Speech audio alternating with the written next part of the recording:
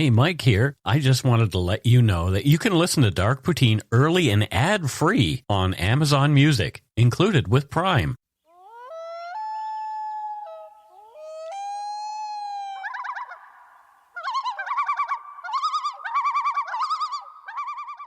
Welcome back to Dark Poutine. I'm Mike Brown, creator and host on a new Mac this week. Thank goodness. With me today is my good friend, Mathew. Hello. You wrote this episode. I wrote this episode. Wow. What a relief. Although I did write another episode this week anyway, because you're going away and then we're taking a week off. Oh, I thought it was like a backup episode in case you hated this one. No, there's no such thing. We don't have backup episodes. The views, information, and opinions expressed during the Dark Poutine podcast are solely those of the producer and do not necessarily represent those of Curious Cast, its affiliate, Global News, nor their parent company, Chorus Entertainment. Dark Poutine is not for the faint of heart or squeamish. Our content is often intense, and some listeners may find it disturbing. We're not experts on the topics we present, nor are we journalists. We're two ordinary Canadian schmucks chatting about crime and the dark side of history. Let's get to it.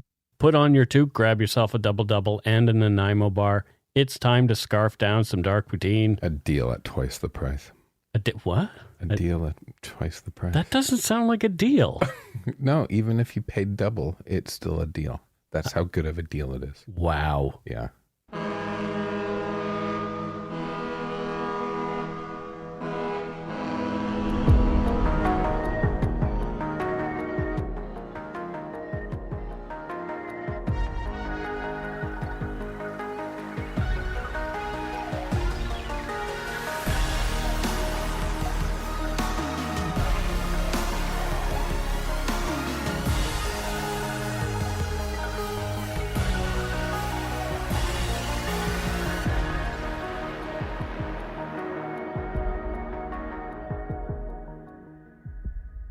Between 1974 and 1976, a series of rapes and murders took place in and around the small town of Strathroy in southwestern Ontario, perpetrated by Christian Herbert Harold Magee.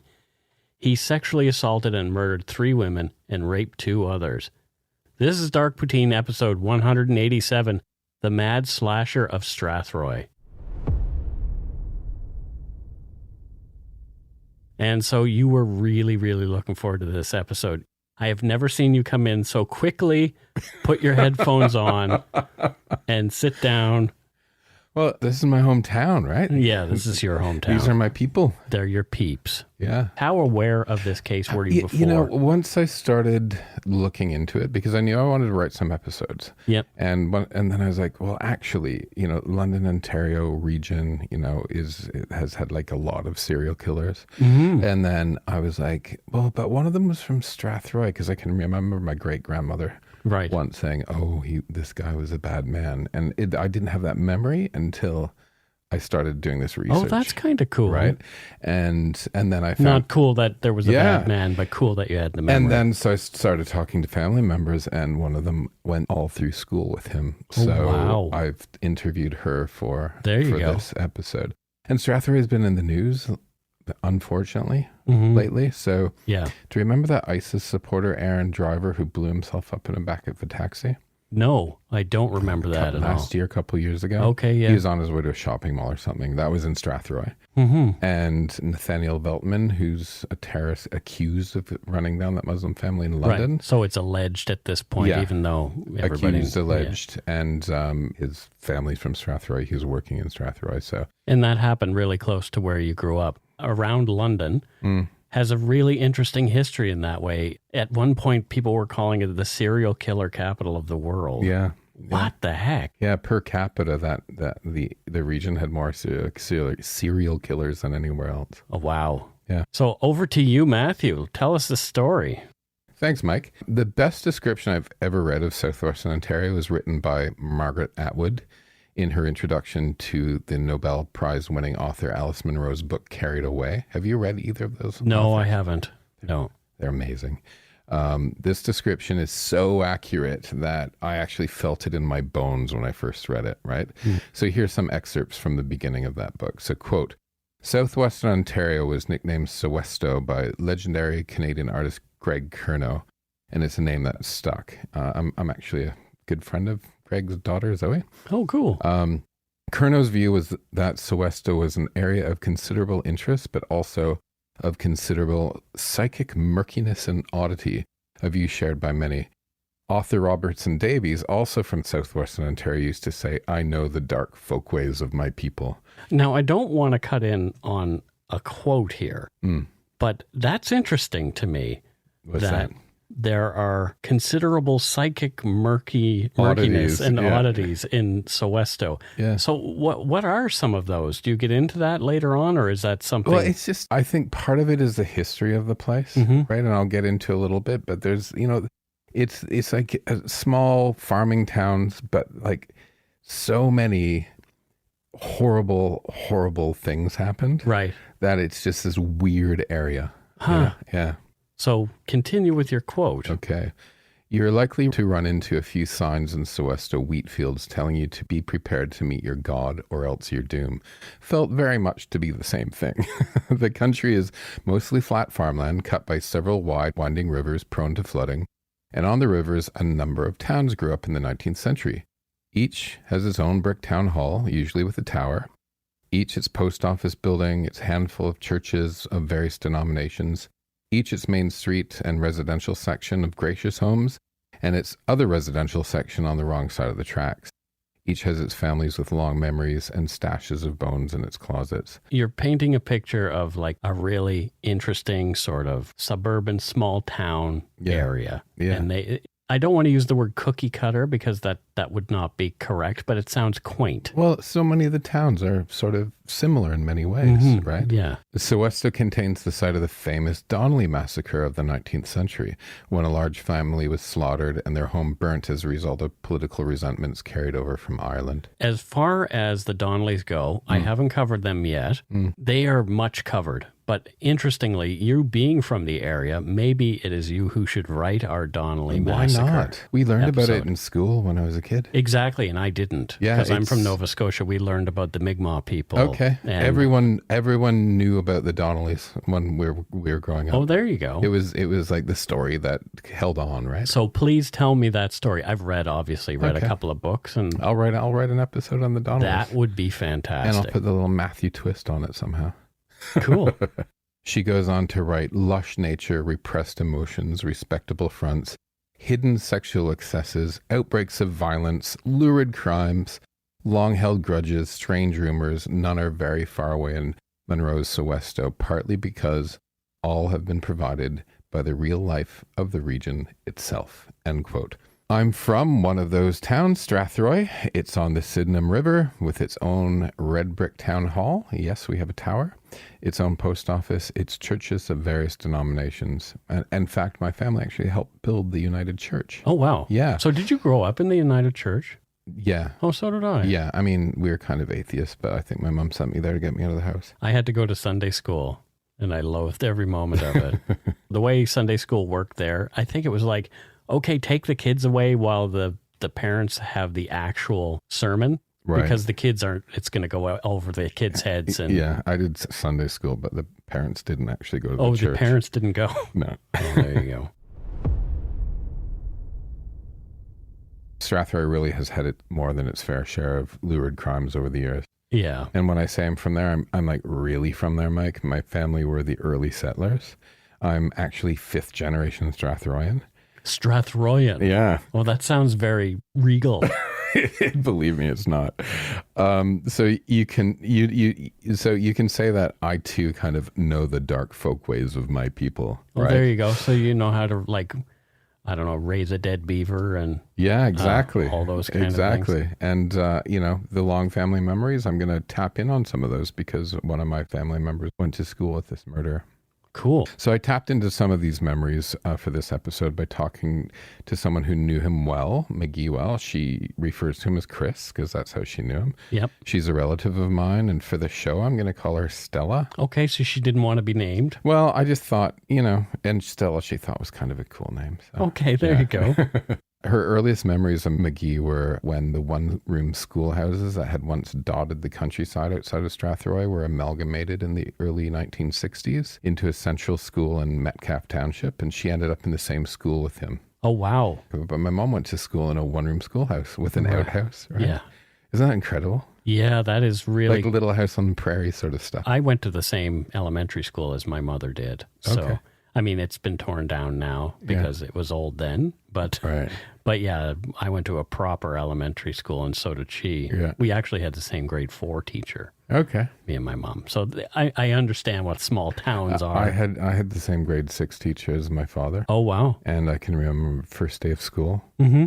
She's going down the list and she gets to Stockton, Mathew, and she finally looks up after reading all and she goes, "You wouldn't happen to be the son of Alan, would you?" And I said, "Yes." And she says, "I certainly hope you were a better student than he was." And looks down and keeps doing the roll call. And I was like, I'm so fucked this year.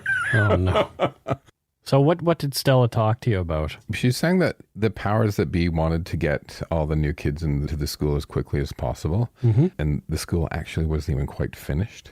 You know, there's probably some political thing like, hey, the one-room schoolhouses are gone. We have the new shiny Metcalfe Central School. With 2 rooms. Yeah, exactly.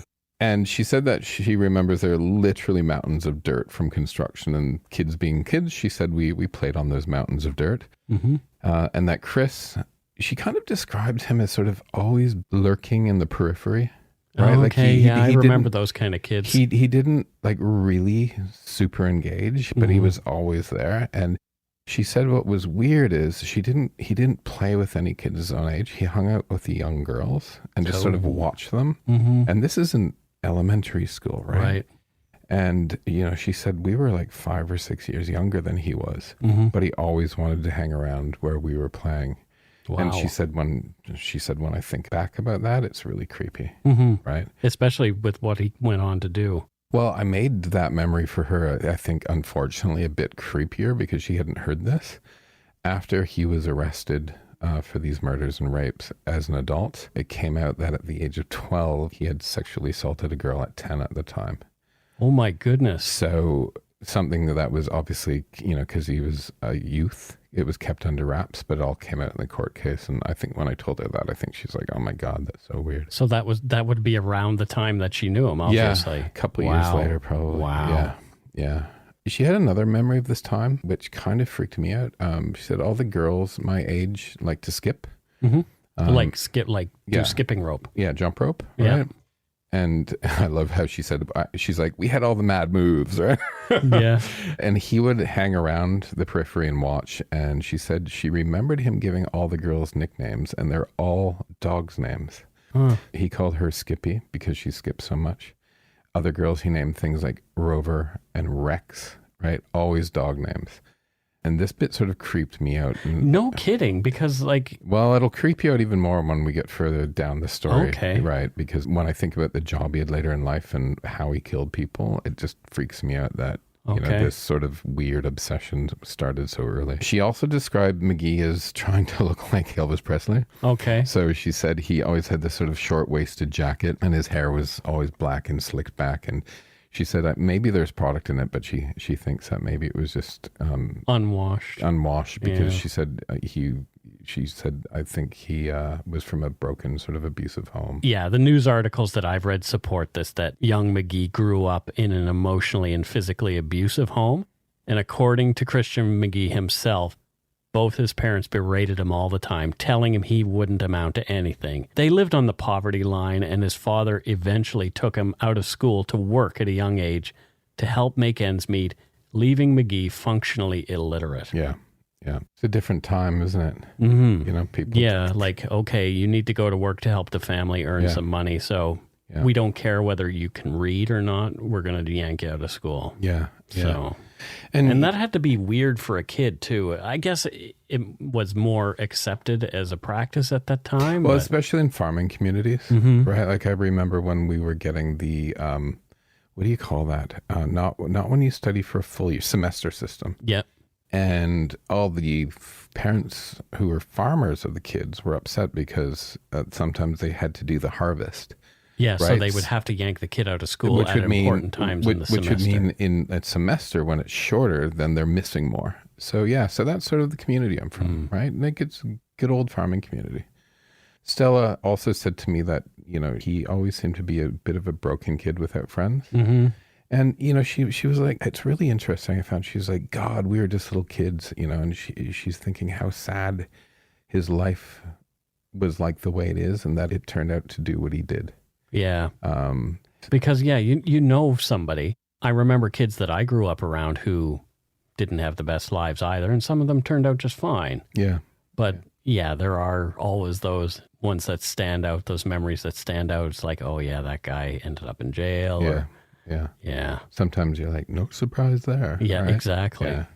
So let's fast forward from the 1960s to the late evening of Friday, 1st of March, 1974. Mm-hmm. It was a cold night and a fog had rolled into town. I was 3 at the time. I was most likely snuggled up at home in bed, just a 15-minute walk away from where this crime scene actually took place. Oh, wow. Judith Barksey, who had a shift at a nursing home later that night, walked from her home on Maitland Terrace to the Mother's Pizza on Frank Street. That's just to give you a feeling. It's about an 8-minute walk from her house to the pizza place. So pretty local. Yeah. Right in the hood. Yeah. Well, everything is in a small town, right? Yeah. She went to pick up some food before her shift, and she had previously actually worked at Mother's Pizza, so was there chatting and joking around with some of the staff members before she headed back towards her home with her meal. So everybody knows everybody. It's a small town. Yeah. People are like, oh, hey, how you doing, Judith? Haven't seen you in a couple of days. Yeah, this is early 70s. There's probably about 6,000 people that lived in this town. Not large. Right? And on her way home, she walked past a place called the News Depot.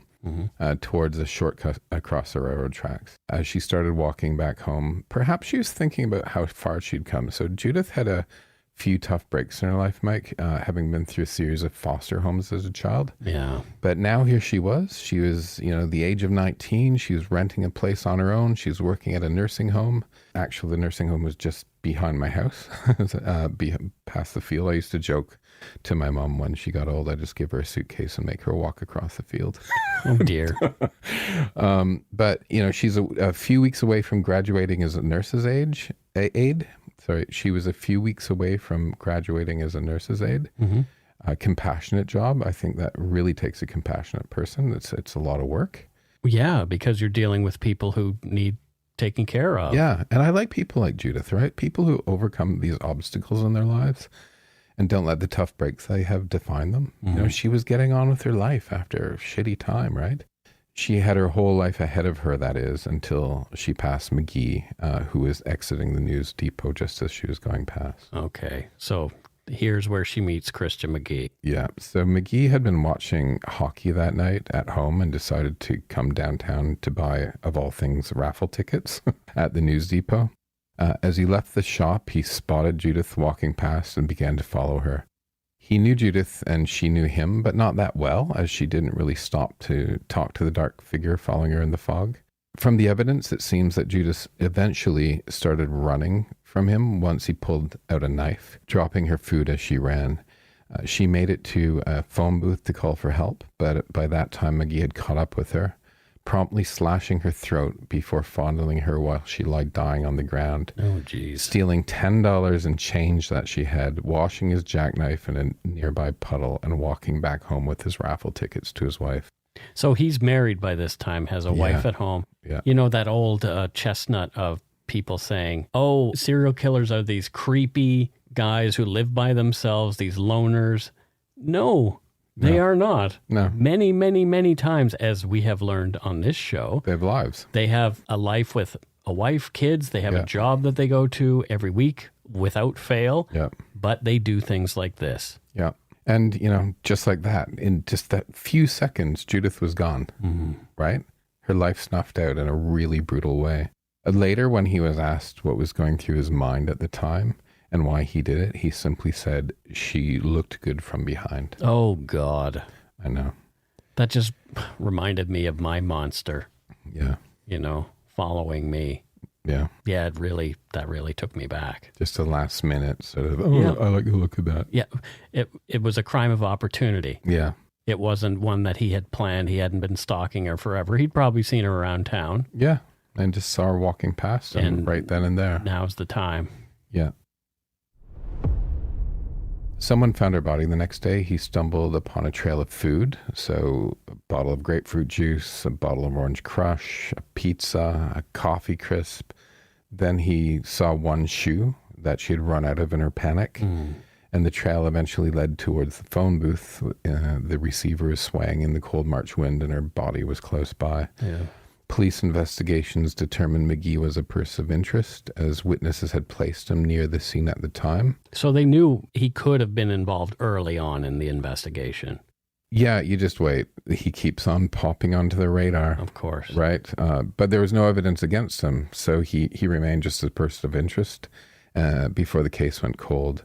The Mad Slasher, as he became known, had got away with it. So the first murder is done. The first murder that we know of. Yeah. Because with these guys, sometimes the murders that we learn about are not the only ones that they've committed. No. The murders that the police can talk about are not the only ones that they've committed. So Magee went quiet for the next number of months until June of 1975, when a young woman of 18, who we'll call Anna to protect her privacy, was walking through Alexander Park. So now, Mike, Alexander is a large park in the middle of Strathroy, cut in half by Victoria Street. The Sydenham River runs through it, and like Margaret Atwood's quote, it often floods.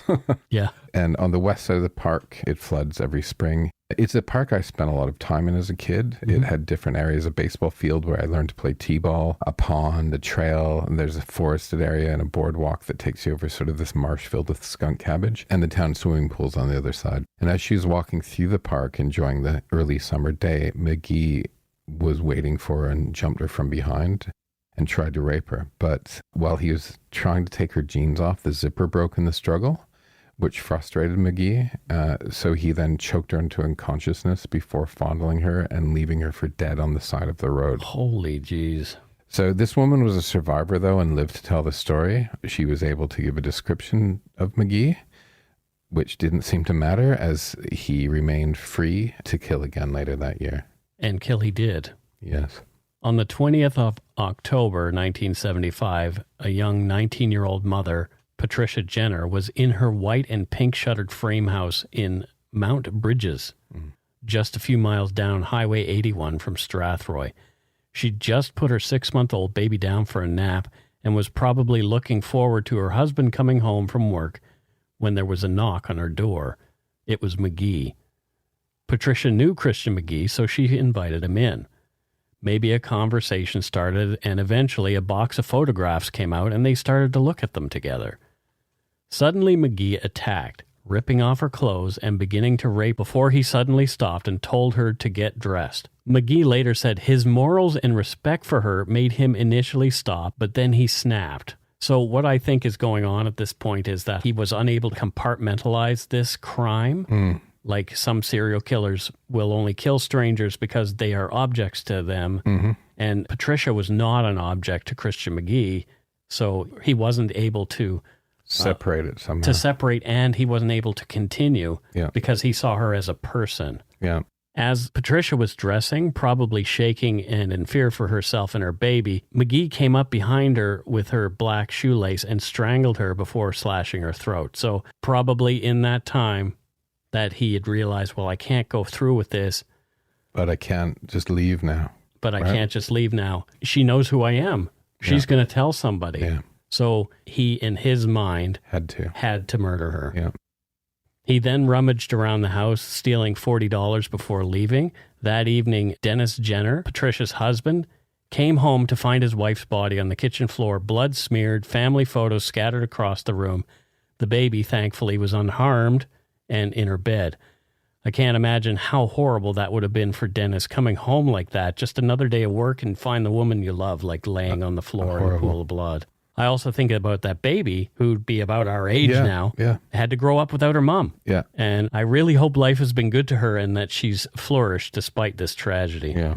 Yeah, because if you think about it, like that baby we're probably the same age as that kid at the time, right? You know, and all of a sudden mom's gone. Yeah. And I'm thinking about the husband having to explain that to this child. Where did mommy go? Yeah. How do you explain to a baby as they grow that your mother was killed in another room while you were there sleeping, that there was a murderer in another room? Horrible, isn't it? Yeah. Luckily, small towns have nosy neighbors, and an elderly neighbor next door was able to give a description that fit the two other cases. The neighbor was also able to give a description of the car, a yellow, older model Oldsmobile, which matched Magee's father's car.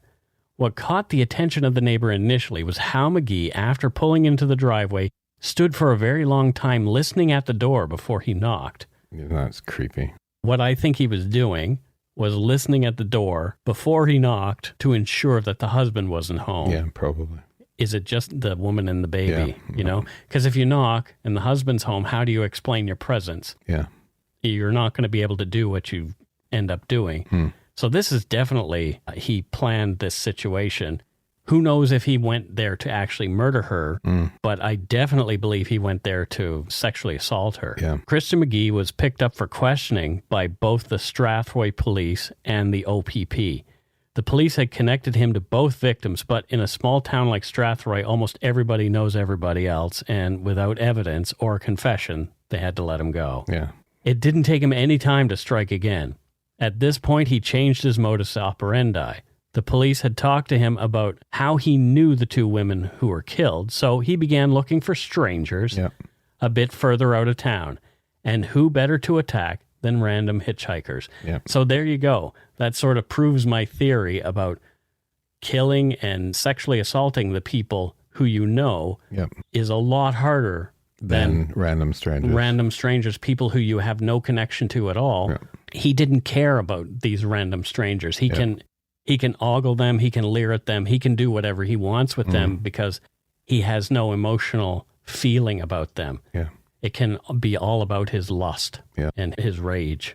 Of course, the largest benefit of murdering strangers is that Christian Magee had no connection to them at all, and it would make it much harder for the police to trace a murder or rape or whatever crime he was committing back to him. We'll take a short break right here, and when we come back, Mathew will continue with the story.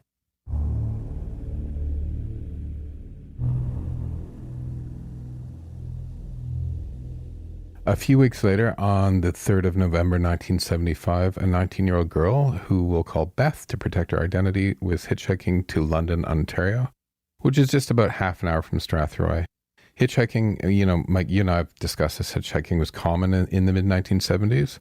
Unfortunately, it was Magee who picked her up. She told him where she was headed, but Magee had other plans and drove her to a secluded side road, violently raped her, smashed her over the head with a glass bottle, fracturing her skull, and rolled her into the ditch beside the road to leave her to die.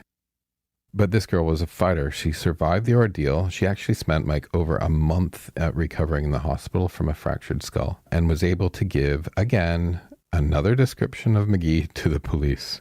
But unbelievably, even at this point, he wasn't arrested. The police somehow still did not manage to connect the dots, leaving him free to strike one final time. It was a little ways away. So, okay, we'll give them a break at this point. Frustrating, though, isn't it? It is frustrating. There can't be that many predators in this area. But at the same time, like we said earlier, he's changed his modus operandi. He's now decided that he's going to take on killing strangers. So Strathroy cops are looking at, we're looking for Christian Magee to do it again here. Yeah, or for somebody to do it again here, right? Yeah. And it was the 70s, right? I think the police have gotten a lot better since then. For sure. The following summer, on the 15th of June 1976, 15-year-old Susan Scholes was dropped off in Forest, Ontario by her brother. So Forest is not a very creative name for a town. Let's call this place Forest because it's a very wooded area. Yeah. What would we call this area? We would call this area Books. Books. Books and stuff. Books and stuff. Yeah. River. Yeah, that's kind of like naming a town River. Right. Or Field. Well, Bridgewater was named Bridgewater because there are a bridge in water. Were 3 bridges over the water. Oh, there you go. Yeah. Anyway, near Forest, if you think of her mindset at the time, Mike, school's out, long summer of fun ahead of her. Nice. Swimming, sunshine, hanging out with friends.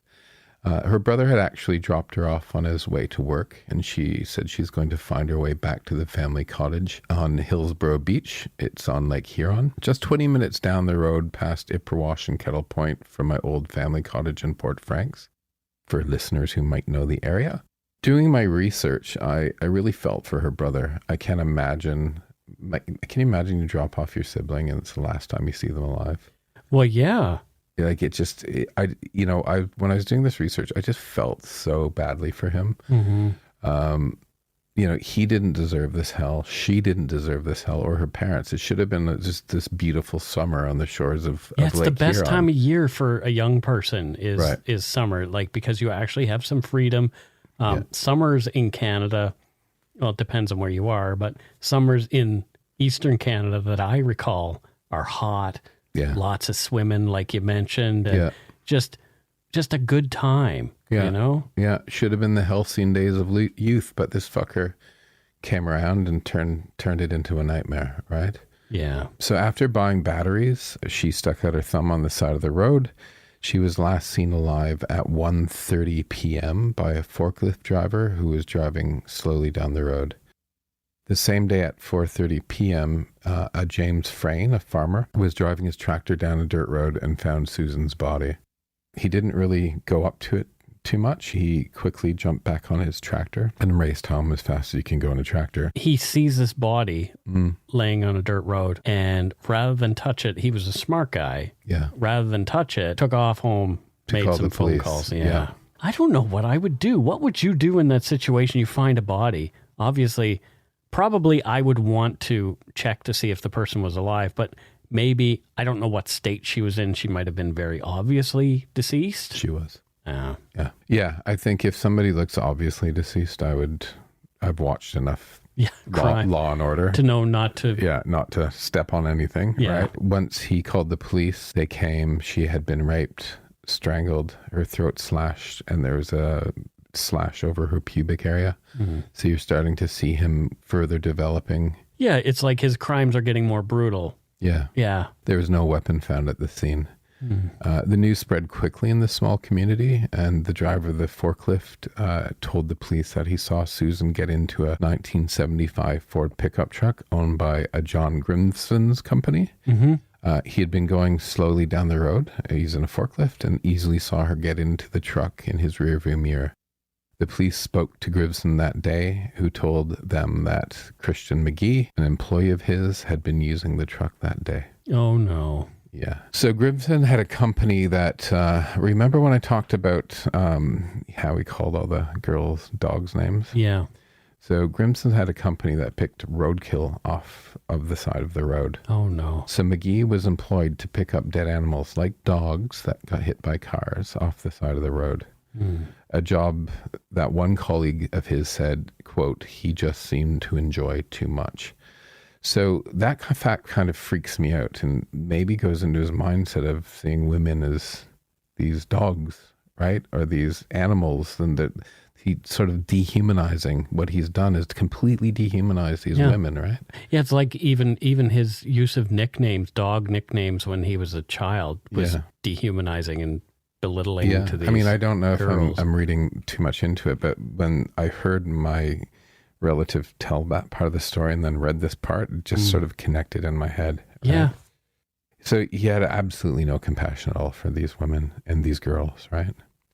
So the next day, on the 16th at 3:27 p.m., an OPP cruiser and an unmarked police vehicle arrived at Christian Magee's employer's farm.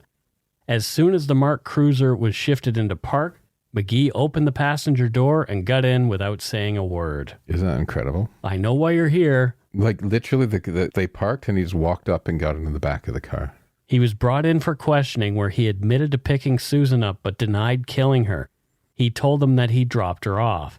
Police held him and got a warrant to search his home and truck, where they found grass that was identified as the same grass where her body was found, blood on his clothes, and a filleting knife that had no blood but was consistent with the slashes on Susan's body. We know that he will already clean his weapon because he did that with his jackknife in the puddle. Yeah. The trial held before the Supreme Court of Ontario lasted 8 days. Testimony was given by one of the surviving women who identified him as her rapist. Testimony was also given by 4 psychiatrists and 1 psychologist, labeling him as a dangerous psychopath with severe personality disorder. Magee testified in court in his own defense, and throughout the entire trial, he denied killing Susan. The jury deliberated for a little over 3 hours. They found him not guilty on the grounds of insanity, and he was remanded into psychiatric care at the maximum security ward at the Penetanguishene Mental Health Center, now named Waypoint. He was subsequently charged with the murders of Judy Barksey and Louise Jenner, as well as the assaults and rapes of the 2 other women. Magee gave written and signed statements admitting to these murders and assaults. He was again found not guilty by reason of insanity. Now, let's fast forward to 2004. Magee, some say, had been a model prisoner until that point, and he applied to be moved to a medium secure unit in downtown Toronto on Queen Street West, where he could eventually be given day parole. A serial killer is moving toward day parole. Yeah. Just think about that. Yeah. Psychologist Dr. Philip Klassen wrote a report supporting this request, which read, quote, "This gentleman's fantasies involving torture, dismemberment, and cannibalism with respect to his victims is also consistent with the diagnosis of sexual sadism, as is a history of post-mortem sexually related activities." So, necrophilia. Mm-hmm. This gentleman's history suggests to me that this gentleman could be managed on a medium secure unit with respect to both aggressive behavior and elopement risk. I don't understand how that sentence can start with what he's saying, but then at the end say, yeah, but put him into... He did all these things, but we'll manage him in medium. And he still fantasizes about them, but we can put him into a medium. Yeah, he'll be fine there. Yeah. In 2005, the Provincial Review Board approved Christian Magee's transfer to the medium secure unit and ordered the Penetanguishene facility to release him to the Toronto facility. However, the staff at the Penetanguishene facility refused to do it, saying he was, quote, a sadistic serial murderer, and that, quote, Mr. Magee has a number of risk factors which combine to make him a very high-risk candidate for any form of release. Well, surprise. Susan Scholl's brother was there as well, and he said, Magee should never get out. There's nothing much more to say than that. Mike, when I was doing the research on this show, it's the family members through the years of all of his requests for paroles, et cetera, were always there. So they held on and they kept fighting, which is just amazing. Yeah, for sure. I mean, Cheryl Duggan, whose sister Lynn was murdered in North Vancouver, I had her on the show. Yeah. She still is dealing with this. And it was in the 90s that Lynn, her sister, was murdered. Yeah. So she still goes to all the parole hearings. She was just recently texting me about parole hearings. So there are a lot of families who will see this through. Yeah.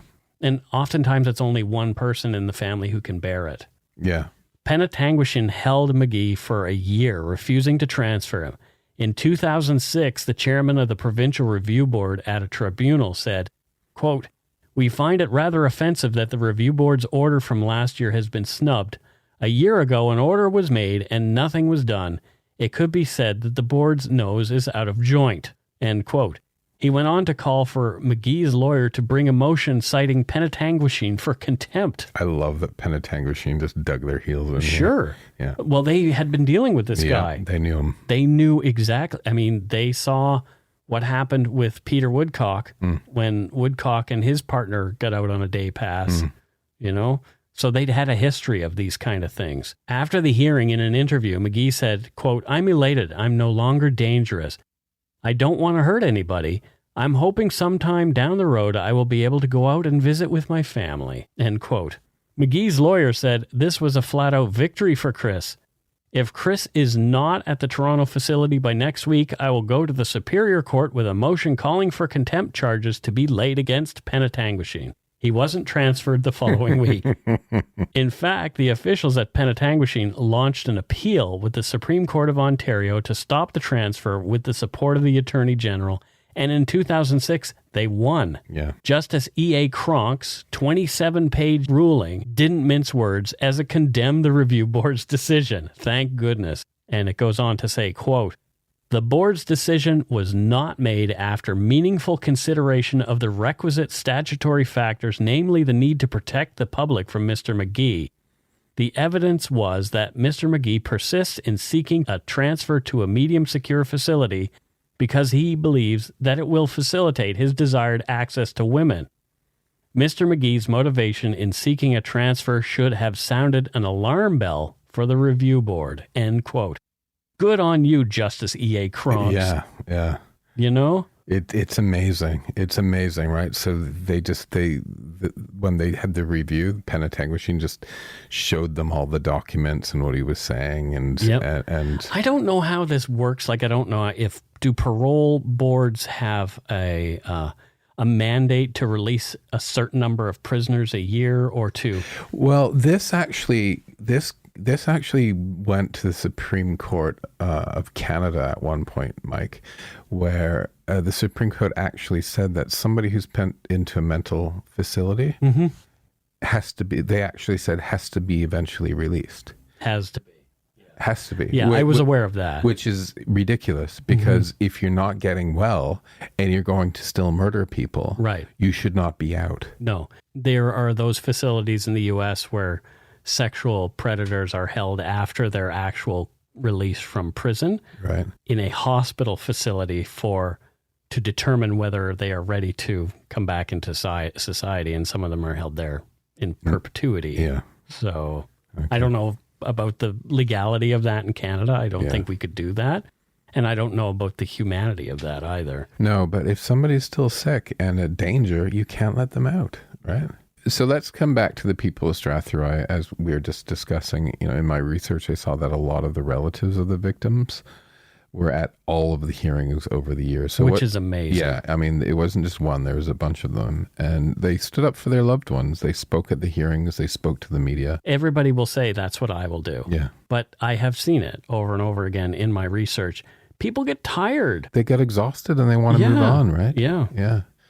So, these are strong people, and they didn't back off, and I totally applaud them. And I can't imagine what they've gone through. And I think it's in no small part that Magee remained locked up due to their voices against the insanity of the authorities trying to release him. That was bonkers. Yeah. Yeah, he still has fantasies about murdering and, raping and murdering, and then cannibalistic, necrophilic ideas. And he wants access to women. Yeah. Right? Ridiculous. I actually talked to my mom about these few years in the early 70s as well, where some of the murders and rapes were a mere 15-minute walk from the house that we were living in. Yeah. And she said to me it was really frightening, and that she would lock the doors and windows at night, something that we never did, right? But she also said she was thankful that she had both my brother and I, who are only 10 months apart. So she had a 3 and a 4-year-old, and she's like, that kept me at home all the time. I wasn't out and about. Maybe you guys saved me, right? Yeah. My relative Stella also said, because I asked her about the girls, and she said, I didn't really know any of the girls that he killed at the time. But she said, we're all young women in a small town. And she said, I always thought that we were just in this small town and crime never happened and it wouldn't happen in a nice community. And after this happened, she said, to be honest, I often worried about the boogeyman around every corner. Yeah. It really, it really shook people. I asked her what her reaction was when Magee was caught, and I found this interesting. She said, horror and sadness. Of course, horror and sadness for the girls. That absolutely goes without saying. But also for Chris. And I think what she meant there, the child Chris. Yeah. Right? So this guy who she knew. As a child. Yeah. She didn't know him as an adult. She said, what turned him into this? Into a serial killer? Was it written on the walls all along? How does this happen? I just don't understand it. It's unfathomable. Yeah. There are a few people from my hometown who, if somebody said, so-and-so's a serial killer, I would say, okay. But there are others who, they had some darkness about them, but I would be surprised that they went on to hurt somebody. Yeah. Yeah. Yeah. When it's someone there's all these jokes in the true crime community. It's like, oh, he was a quiet guy, kept to himself, blah, blah, blah, blah, blah. But that's sometimes the truth. Yeah. it's not always obvious that the person who is a serial killer is a serial killer. Yeah. You know? So what I find interesting is this idea of unfathomable, right? And with that, I'll end where we began, going back to the Atwood quote at the beginning of the episode. Quote, in small town Sowesto, people's lives were dull, simple, amazing, and unfathomable. Deep caves paved with kitchen linoleum. I love that line. So the key word is unfathomable. Yes. Whoa. Deep caves paved with kitchen linoleum. Isn't that a great line? Linoleum. Linoleum is one of those words, you know, when it comes up, you know exactly what people are talking about. Yeah. If you live in North America, you know. Yeah. And that's it for Dark Poutine episode 187, The Mad Slasher of Strathroy. Mathew, wow. Hope you guys enjoyed it. I'm sure they did. They had to have, because I did. Good. I really enjoyed this episode. It was nice to be more of a fly on the wall for an episode for the very first time. I got to be, I've done interview episodes, but I haven't ever done an episode like this, and I enjoyed it immensely. Do I get to write some more? I would love it if you wrote some more. It would be fantastic. Mike, how many people lived in your hometown? 8,000 around. Yeah, so you and I grew up in sort of the same size of hometown. Yeah, not... So you get... Totally. You get this sort of...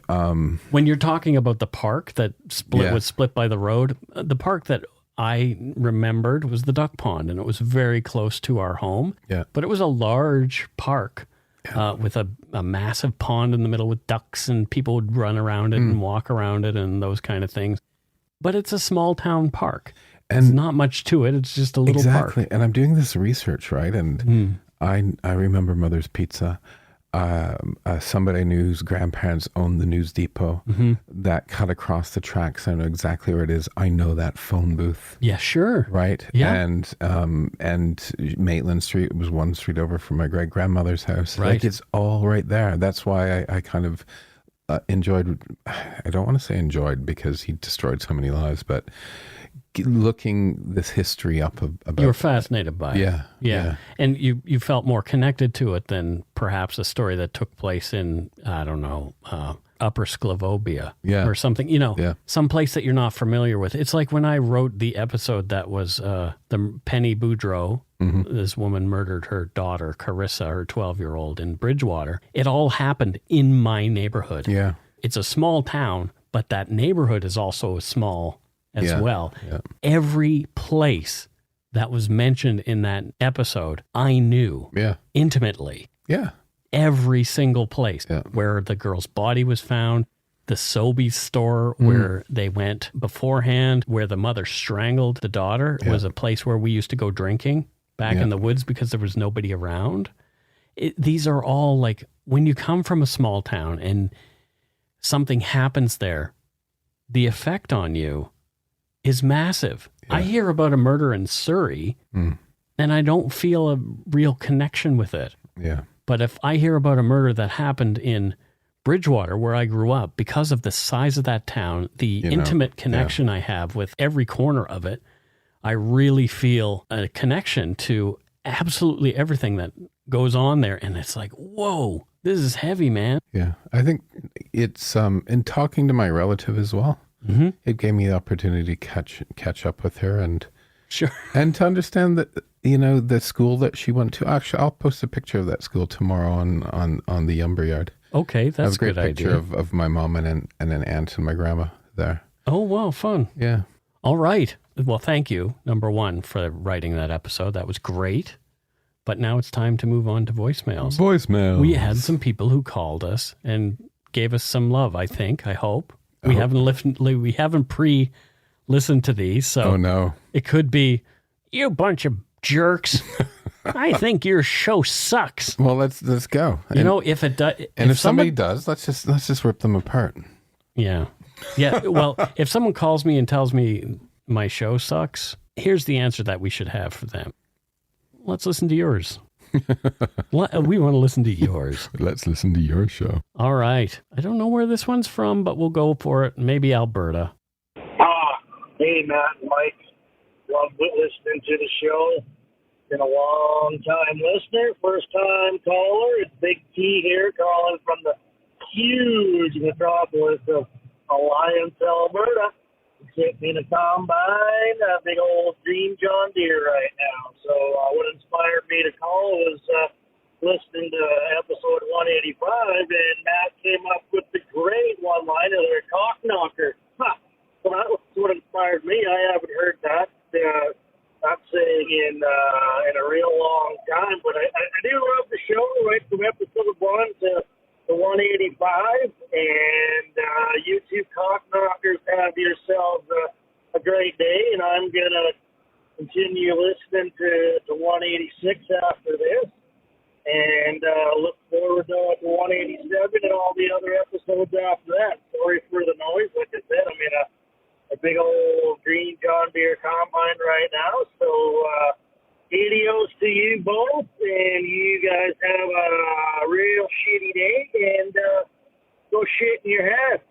Well, how about that? Thank you so much for that voicemail. I love it when people call from their tractor and call us cock knockers. That's fantastic. He's in the combine, wasn't he? He's in a combine. John Deere. My grandfather had a John Deere combine. All I recall from my childhood is stories about combine accidents. Oh, really? Some kid getting his arm lopped off in a combine accident. No, don't be saying that. The guy's driving a combine. We don't want to make him worry. What, you worry that there's a child in the field? Don't be a cock knocker, Mike. I won't be a cock knocker. But thank you for calling from your combine. Thank you so much. That's so cool. I love that. That is cool. Somewhere in the wilds of Alberta he was. Let's listen to this one. Hi, I'm calling to say, first, hi, my name is Andrea, and I'm from Abitibi, Quebec. And I just wanted to say that I listened to you since I was 17, and I'm 21, and I really like your show. And I was listening to it while I was in class. And I don't think my teachers liked it, but I really like you. So thank you, and Boshi Datatürk. Fantastic. Wow. That was the most francophone call that I think we've had. I love that. Thank you. The most Quebecois. I'm off to Quebec tomorrow, Mike. Yes, you are. Yeah. And Steve is going to a dog sitter. A dog sitter. So so that caller, what was her name? Andrea. Yeah. Was listening from 17 to 21. That really struck me, and I'm glad that she said that. I saw the look on your face. It's like the look was, ooh, I'm old. Well, I've been doing this for a while. So you started when you were a teenager, and now you're an adult, and you're still listening. I'm awesome. really sorry. No, that's really cool. Oh, that is crazy. But thank you for your call. Thank you, Andrea. Andrea, very nice. This one might also be from Alberta. We're having a lot of Albertans calling, but, they're friendly people. They really are. Hey, Mike and Mathew. It's Ryan from, I guess we're the Texas of Canada and Alberta here. Just wanted to call you after this week's episode. I'm an avid dark poutine fan for years. Mathew into the mix has made this podcast possibly one of the best I listened to. I just want to thank both of you for your perspectives on 9/11 that you shared this week. You took a very intelligent, thoughtful approach to the aftermath of this attack. Mathew, I think at one point you said you felt like you were getting worked up, but I would tend to say you were actually extremely factual and very articulate. So 9/11, working as a volunteer firefighter at that time, and because of 9/11, I spent the majority of the last 2 decades working in emergency services. I started as an EMT and firefighter, and I transitioned into working as a police officer for about a decade before depression and PTSD kind of led me to having to pick up a nice cozy desk job. But let's be honest, this isn't about me. No one gives a shit about my story. It's about you two. So I just wanted to thank you for the respectful way you approached not only the 9/11 story, but all the stories you share. You truly remind us that the stories are not and should not be about the perpetrator, but rather the victims and their loved ones. So I just wanted to say thanks to you guys and tell you to go shit in your hat, you hosers. Well, that's great. Thank you for your service, number one, in all the different branches of service That's incredible. That is incredible. I trained as a junior fireman in my early days, my days back in Bridgewater, and a lot of the junior firemen transitioned to the grown-up fire department afterward. I moved away. Otherwise, I'd probably be a volunteer fireman in Bridgewater right now. But Can I say something inappropriate? About firemen and calendars and hoses? So you take a guy who's like a solid 6, Mm-hmm. put him in a fireman's uniform, Yeah. and he's like a solid 9.5. Oh, wow. So, no, thank you for your service. thank you. And That's great. I've had a few messages about that episode that we did on 9/11, and it really did strike me, and in a number of ways. One of the victims of 9/11 was somebody a friend knew. He was the pastor who was killed by falling debris, and victim 0001 of the day. So, it's really 9/11 was a tough one for us to cover because we were alive then and we remembered it, and it really had a big impact on my life at the time. And people who are first responders and those kind of things, I think those are the guys we should be paying like rock stars. I don't understand. Okay, Mike. I mean, there's a lot more of them than there are rock Firefighters, stars. police officers, nurses, Doctors. doctors. Well, doctors get paid pretty good. Some of them. Some of them, but honestly, like you look at what they do in the work, and versus somebody like me who sells cannabis for a living and makes a good living, I feel guilty about it. You feel guilty? Yeah. Why? I'm just joking. I don't feel that guilty. You don't feel guilty. But my point being, honestly, it's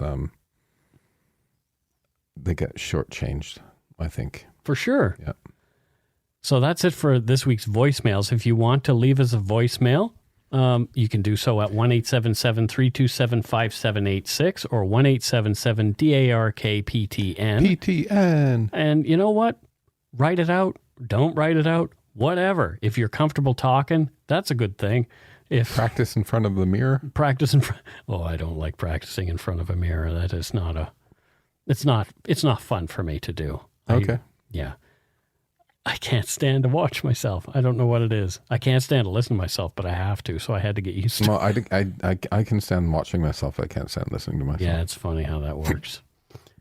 All right, I guess it is time to move on to Patreon. Let's see if anybody gave us some love this week. Give us your love. So as far as Patreon goes, this week we have Elizabeth Reardon, and she's from Cargill, Ontario.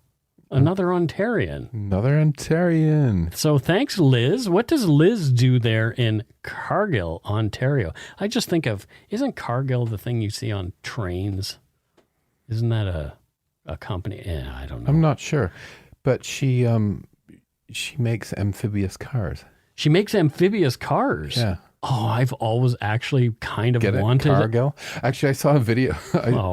Cargill. I know. Bada boom. I saw a video with an amphibious car just this morning. Actually, I really have wanted one of those since I was a child. like the 1950s looking ones with the fins. Yeah, like all of the above. Red. And anything. Red. I would like actually an amphibious like car submarine thing. Okay. Well, hit her up. She designs them. Well, there you go. Liz, please. Thanks, Liz. Please.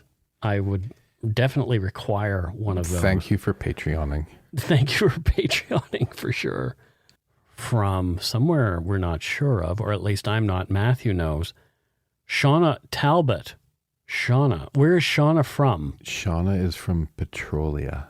Petrolia. What is it a petrol Actually, place? it's not far from Strathroy. Oh, okay. So Petrolia was Canada's Victorian oil town, and it's often. So I was right. Petrolia. Yeah, Oh, Petrolia. okay. It's often credited with actually starting the oil industry in North America. One of the first places where they got oil in North America. Well, there you go. Yeah. That's really cool. Thank you, Shauna Talbot from Petrolia. And what does she do there?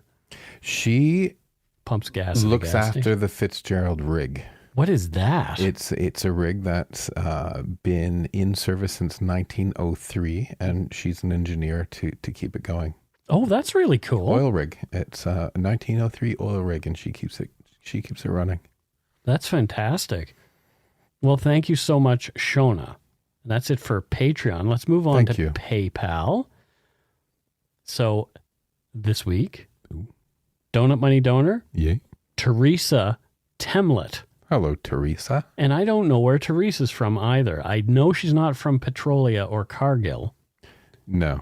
Where is she from? She's from the Big Island, Hawaii. Oh, man. I want to go to Hawaii so badly. I would love to go to Hawaii. I have never been.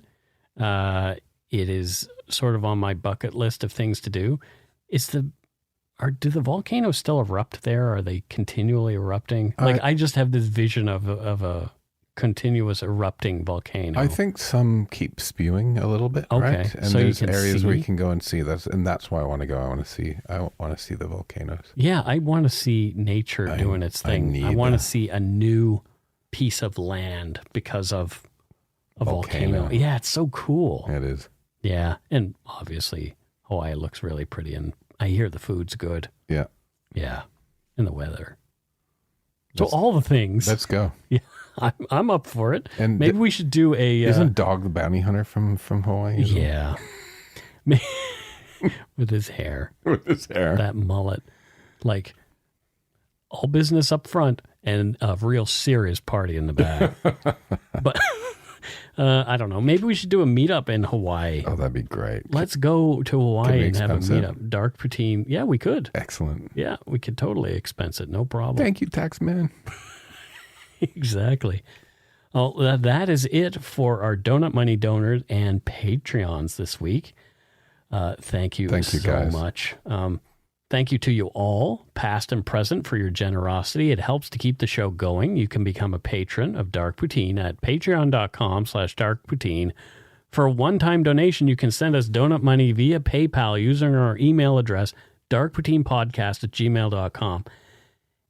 If you don't already subscribe to the show, it would mean a lot if you did. You can easily find Dark Poutine on Apple Podcasts, Spotify, or wherever you listen to your favorite podcast. Please pre-order my book, Murder, Madness, and Mayhem. There's a link to it on the Dark Poutine website, or you can search for it, Murder, Madness, and Mayhem by Mike Brown, that's Brown with an E, at any major retailer like Amazon and Indigo here in Canada and other booksellers, other fantastic booksellers. If you would like, check out our website, darkpoutine.com, for show notes and other cool stuff. Please take the time to give Dark Poutine a like or a follow on Facebook and Instagram. Most importantly, thank you for listening and tell your friends about us. Word of mouth is a powerful thing. Until next week, don't forget to be a good egg and not a bad apple. Bye, everyone. Bye.